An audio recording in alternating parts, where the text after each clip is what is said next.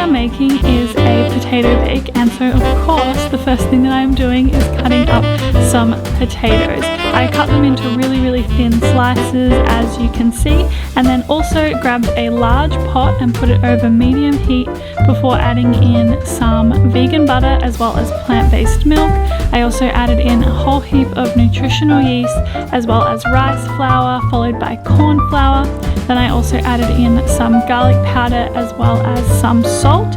And then after this, what you're going to do is whisk it together, but it's going to get thick quite quickly, so make sure you keep an eye on it and remove it from the heat as soon as it thickens up. Then I am getting a dish, which this is like a pudding / casserole dish. I recommend using something similar to this. And I am layering the cheesy sauce with potatoes, making sure that I finish with cheesy sauce on top. After that, I am also making a cashew parmesan to go on top. And cashew parmesan I make just with cashews as well as nutritional yeast. And then I also add in some garlic powder and some salt. Garlic powder and salt, a winning combination that I use frequently in today's video, just an FYI. So yeah, with the cashew parmesan, I just blend it up until it makes this nice crumb, and then I sprinkled it on top of the potato bake. It gives it this really nice golden aesthetic, I suppose, and it also makes it really crunchy and adds some flavor. So I really recommend making the cashew parmesan, and as you can see, it looks nice and golden and beautiful, and I want to make this right now, recording this voiceover, because it looks so delicious. It is really creamy, it is so hearty and so filling. It's also very easy to make, so I highly recommend trying it out at home.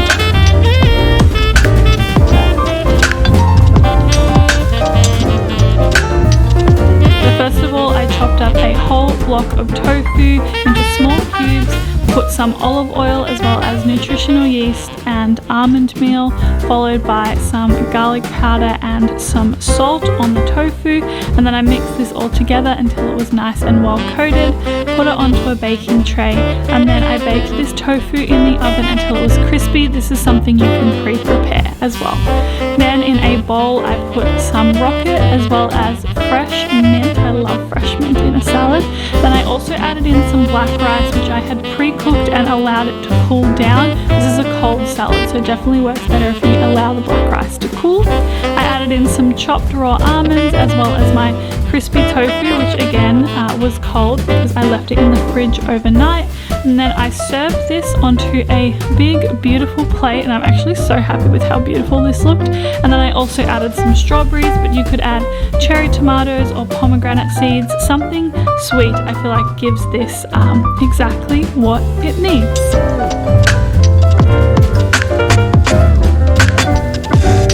This is one of those recipes that is super easy but looks super bougie in my opinion. And to start it, I first of all chopped up some beetroot and I roasted them in the oven with just a little bit of olive oil. You don't need any spices. And then once the beetroot had cooled down, I added it to a blender with cashews as well as lemon juice, garlic, nutritional yeast and some water, and I blended this all together to get like a nice thick cashew beetroot cream kind of thing to serve with the cauliflower. With the cauliflower I used 2 whole heads of cauliflower and cut it into thick kind of pieces. As you can see, I did have some leftovers of like cauliflower florets, which I just kept in the fridge for another day. Definitely recommend doing that, or also roasting them with it. I just added on some oil, garlic powder, salt and pepper as well as smoked paprika, and then I baked these in the oven. And again, this beetroot cream is something that you can prepare ahead of time and then serve it fresh with the hot cauliflower steak. So I just smeared some onto the plate, then served the cauliflower on top, which as you can see is nice and crispy, and I just topped it with some snow pea sprouts. Super simple, really delicious and packed full of flavour, and definitely sure to impress.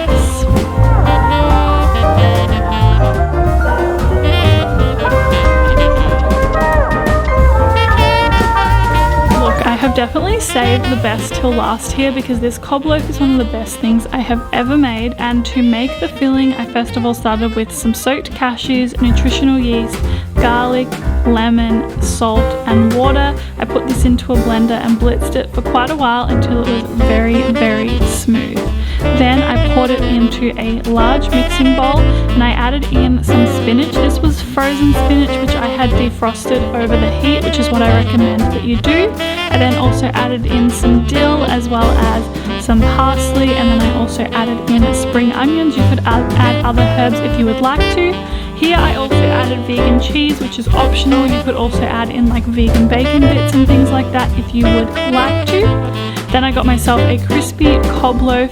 I took out the middle, I poured in our creamy spinach and cheese mixture, topped it with some more vegan cheese, added some cashew parmesan on top, and then I baked this in the oven until it was nice and golden and crispy, topped it with some snow pea sprouts for aesthetic, and I was overwhelmed when I tasted this because it is so great. I hope you will love it as much as I did.